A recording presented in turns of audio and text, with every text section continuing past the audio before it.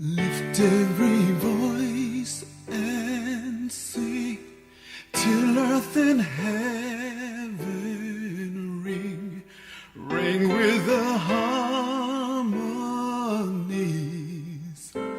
of liberty. Let a rejoicing rise high as the land. I'm Paul Allen. I'm a president, founder of the Dallas County Buffalo Soldiers. This is our, we've been coming up here since 1999, excuse me, since 2009. We've been coming up here and celebrating Veterans Day and Memorial Day at this minority or black cemetery. And it's important for me to be here because I'm originally from Allen, Texas. There's a lot of people up here from Allen, a lot of veterans in here from Allen. And I graduated from high school in McKinney, and there's a lot of people in here from McKinney. And also we have two identified graves of Buffalo soldiers buried here, which is unique for graveyards in terms of, not unique that they were buried in the graveyards, but it's unique that we can identify the grave sites. And so that is a big reason I'm here today. Stephen Ashby. I'm with the Dallas County chapter of the Buffalo Soldiers. And we're here today to commemorate Memorial Day. A few things: the saddle, that's a 1872 replica of what they call a McClellan saddle.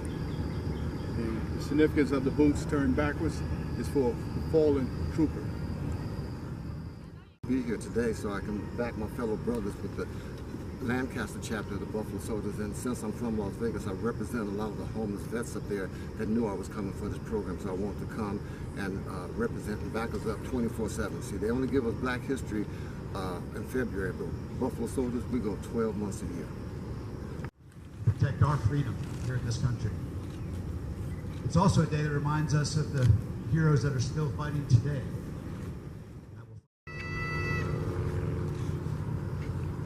Forward! March! Left! Left! Left! Right!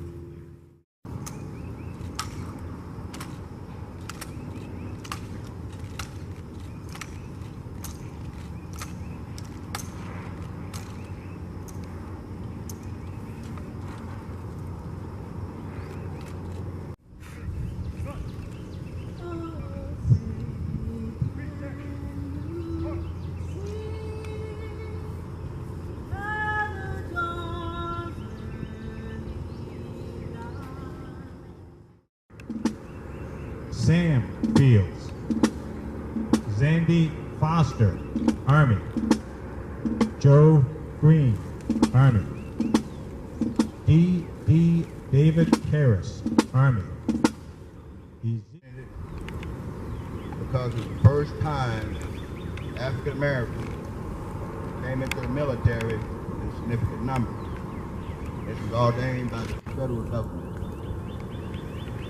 Although African Americans fought in every war that America has been involved in,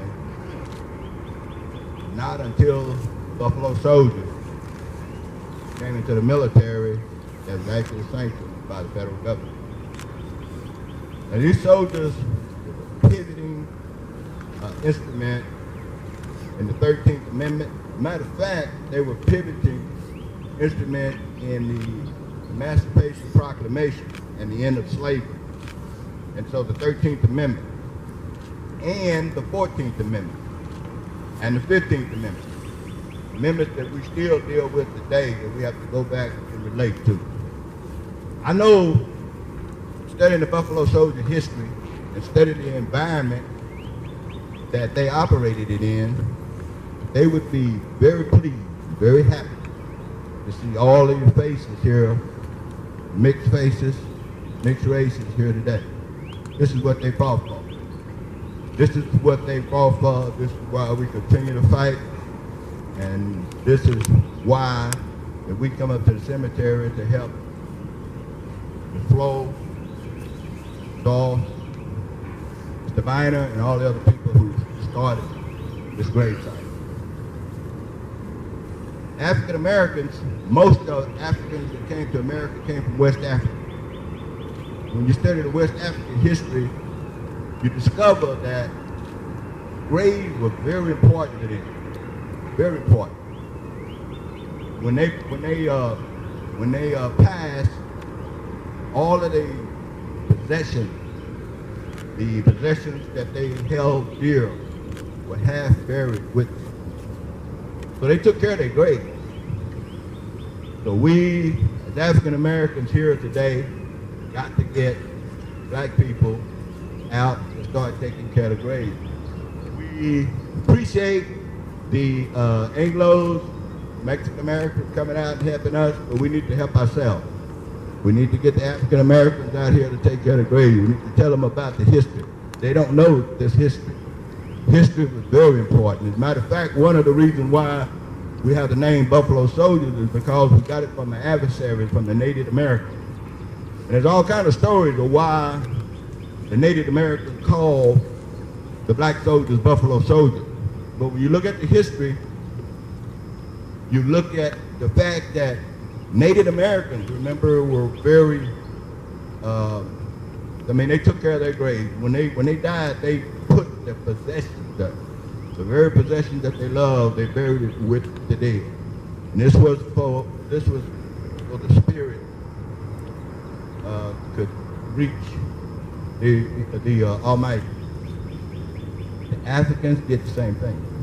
So these Native Americans watched these Africans ride through the graveyards and not disturb the grave. It's in the history book. Would not disturb the grave. So I suggest to you that some of that name came from that. So I thank all of y'all for being here today. I thank all of y'all for giving me the opportunity to be here today. And I'm sorry I had a little problem with the horse, so I'm a little tired. He didn't want to do what he's supposed to do today. But we made it anyway. So God bless all of you. Thank you very much. As he was stating, his horse a little contagious as he was walking by. But you know what, Paul? It is a very momentous moment that he did that, because I went online and I looked up what the riderless horse is, and I saw that Black Jack, the horse, the riderless horse that was behind the memorial celebration, the funeral procession of JFK, he was a little contagious too if you go online and look at him. And the fact that the boots in that riderless horse are turned the opposite way in the stirrups, it's symbolic of the fact that it's a soldier who is looking back on his troops for the last time. That is what this riderless horse is symbolic of. It's the soldier, not the reporter, who has given us freedom of the press. It's the soldier, not the poet, who has given us freedom of speech. It's the soldier, not the campus organizer, who has given us the freedom to demonstrate. It's the soldier, not the lawyer, who has given us the right to a fair trial. And the majority of my family are buried here at Rome Cemetery, including my daddy, Mr. Samuel Thornton Sr., who was a veteran of World War I. In 1999, a friend of mine, Dr. Willie J. Watt, a senior counselor, asked me if I would help maintain Brooks, Vietnam. Lee, 1st Army. John L. Jones, Army.